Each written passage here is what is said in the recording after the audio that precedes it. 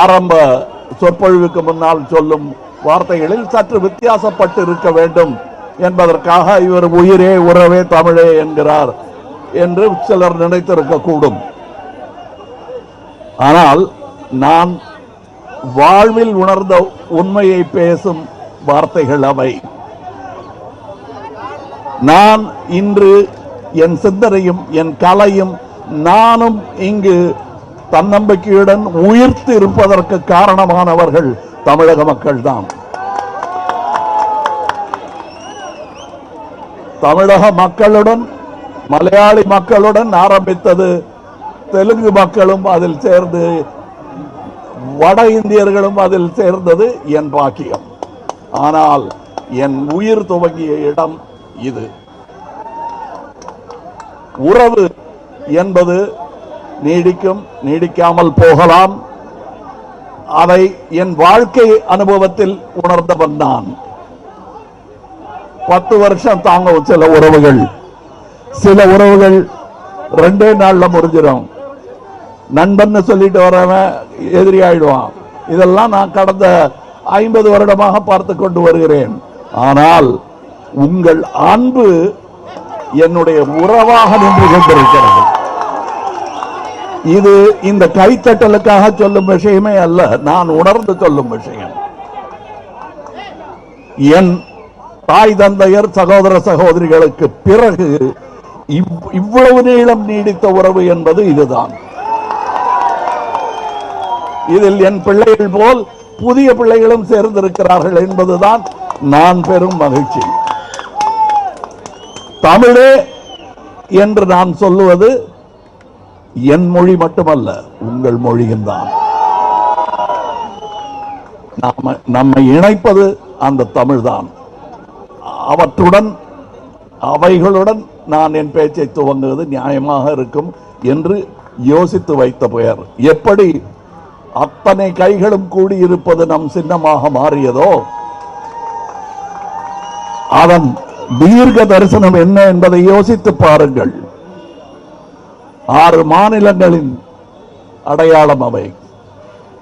இப்படி நாட்டை கொஞ்சம் கொஞ்சமாக காந்தியார் பாதையில் அதை இணைத்து தைக்க வேண்டும் என்னும் கடைசி பேரப்பிள்ளைகளில் நானும் ஒருவன்.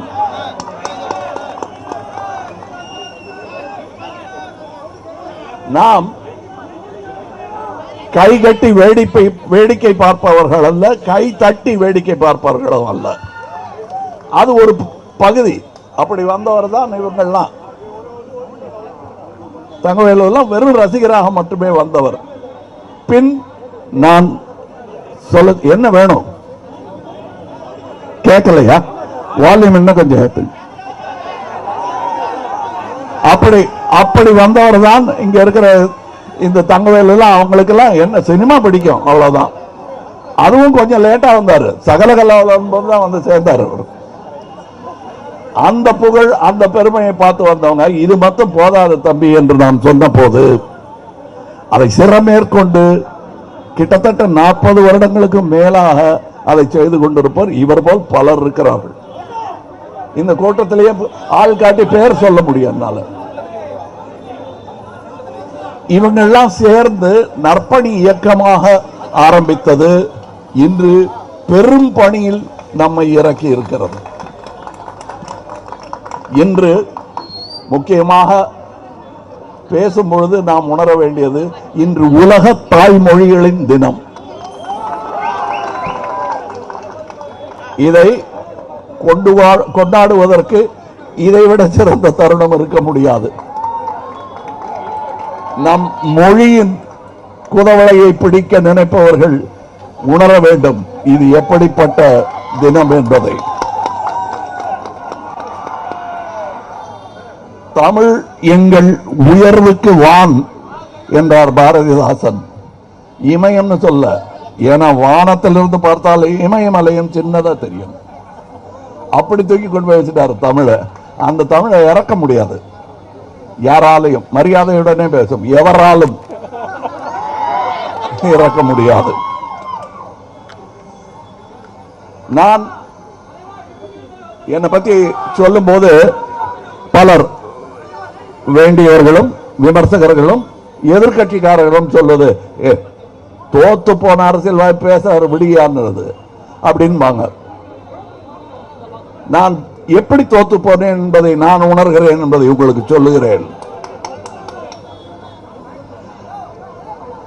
நான் 20 வருடத்துக்கு குறைந்தபட்சம் 20 வருடங்களுக்கு முன்பாக அரசியலுக்கு வந்திருக்க வேண்டும். அது வர தவறினேன் என்பதுதான் எனக்கு தோல்வியாகப்படுகிறது. அப்படி வந்திருந்தால் இன்று நான் நின்று பேசிக் கொண்டிருக்கும் வார்த்தைகளும் இடமும் வேறாக இருக்கும்.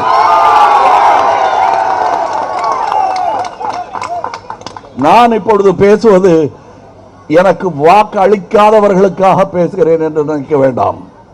அவர்களும் என் மக்கள் தான், அவர்களும் என் உறவுதான். வாக்கு அளித்தவர்கள் போக இந்த டெமோக்ரசி என்பது பாக்கி 49% கவனிக்காமல் விடுவதல்ல. அவர்களும் இருக்கிறார்கள் என்பதை நினைவில் கொள்ள வேண்டும். அதுதான் டெமோக்ரசி. சோ உங்களுக்கு அவங்களுக்கு இருக்கிறது 2% வித்தியாசம் தான். தம்பி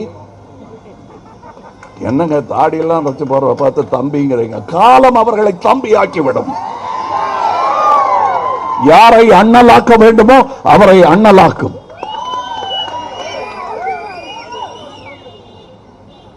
எங்களுடைய பணி, நம்முடைய பணி கடைசி ஒரு வாக்காளன் இருக்கும் வரையில் தொடரும். எப்படிங்க இப்படி சொல்றீங்க? நல்ல வார்த்தையா சொல்லுங்க. நல்ல நாளும் அதுவும் வைங்க. எங்களுக்கு மக்களுக்காக பணி செய்யும் எல்லா நாளுமே நல்ல நாள் தான். அதுக்காக தனி நல்ல நாள் பார்த்து காத்துக்கிட்டு இருக்க மாட்டோம். எந்த ஓட்டுக்காக பெரியார் இத்தனை நாள் தன்னுடைய உயிர் போகும் தருவாய் வரை பிரச்சாரம் செய்து கொண்டிருந்தார்? யாருடைய ஓட்டுக்காக? தனக்கு வேண்டும் என்பதற்காகவா? அவர்கள் எல்லாம் எனக்கு எப்படி காந்தியாரை பிடிக்குமோ அதே அளவு பெரியாரையும் பிடிக்கும். பெரியார் இருந்து உண்மையை பேசி இருந்தால் தன்னுடைய விலாசத்தை அவர் சொல்லி இருப்பார். அவரே காந்தியின் சிஷ்யன் தான்.